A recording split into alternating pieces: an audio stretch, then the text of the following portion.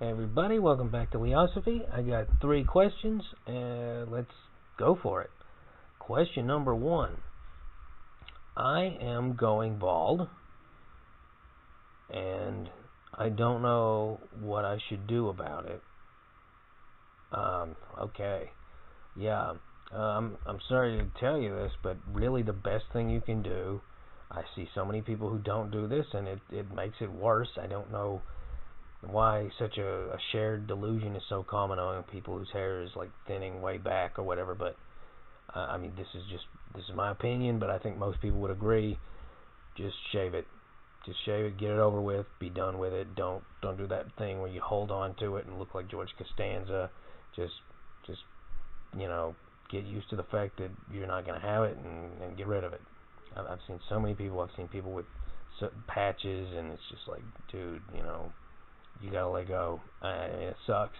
I can't relate. I'm sorry, but that's just the best advice I got. You'll look better. You'll feel better. You won't have to worry about it at that point. It's just that's what you need to do. Okay. Next question. I want to write a book, but it's very daunting. Okay. Yeah. Wow. Okay. 2 advice questions. Here's the thing about writing a book.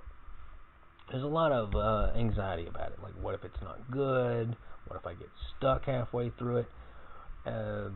What if I can't think of anything? Here's the thing. Generally speaking, if somebody wants to write a book, it's not because they want to write a book. It's because they have an idea that they know could be a book. If you just sit down just to write a book and you don't know what it's going to be about at all, that's not really a good reason to start. But if you have an idea, here's the best thing about it. You don't have to write a book. You just have to write a page, or 2, or 3, or 4, or 5, and then you just keep doing that until you have a book. That's the best thing about it. It's not something whenever people think about writing a book, they think like, oh, you sit down and you hammer out a whole. No, you don't. It's like, imagine if somebody's goal for a year was to walk 100 miles. For a year. That's not hard at all. You just walk a little bit every day, right? Similarly, that's kind of how a book is. It's a marathon, not a what do people call it? A sprint? Whatever. You get the idea. So really, just start writing. Make sure you do it every day, and make sure you get in a few pages a day. And that's not that hard. That's if you could devote an hour a day to it, which is not a lot of your time. And in a few months, you'd be done, most likely. So, yeah, just jump in. Make yourself do that every day. That's really what it is. It's really the same advice with a lot of things. Gaining muscle, losing weight, improving a number of things, learning an instrument, learning a second language, etc. It's not doing a whole lot at once. It's doing a little bit consistently. Most things are that way, and that's no exception. So, yeah, just start writing based on whatever it is that your idea is, and just keep going every day, a little bit at a time. Yeah. Oh, hang on, I gotta pause it for a sec. Okay, last question. Should I wear a belt to the gym? I wish that you'd given me a little more context. So, I'm assuming you mean a lifting belt. If not, if you're talking about a formal belt, no, you should not. You should wear loose clothing that fits you properly, so you don't need a belt.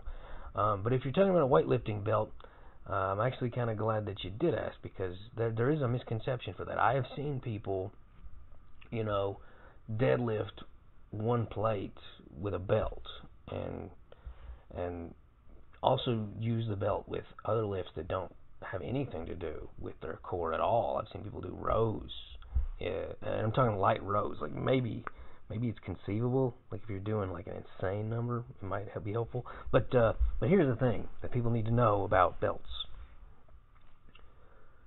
Whenever you're doing the heaviest you can do, like the last set, a belt is useful because it can keep those abdominal muscles stable and prevent like hernias or pulled muscles and things like that. That's the reason why people have them to begin with. It's not because they look cool. It's for health reasons. But if you're doing the things building up to that, the lighter things, you're actually preventing, by wearing a belt, those core muscles from being activated fully, and ultimately that can be a bad thing. Like you could develop later on for that reason when picking other heavy things up that you think aren't going to be that heavy, because all these other muscles are well developed, but those core ones aren't. You could actually end up being injured. So it's advisable, and that's not just me saying this. There's quite a bit of evidence that suggests that you should not wear a belt until you need to do so. So really, like if you're just starting out, don't wear a belt at all. And then once you get to a point where you're really taxing your core muscles, that's when you're going to want to have one, and only then when you're doing the really heavy movements. Does that make sense? And again, feel free to research that further, because this is not something you want to take unseriously. This could lead to injury if you don't use this properly. So just make sure about that. All right, that's all I got today. 3 advice questions, neat. All right, subscribe, like, share, etc. Bye, everybody.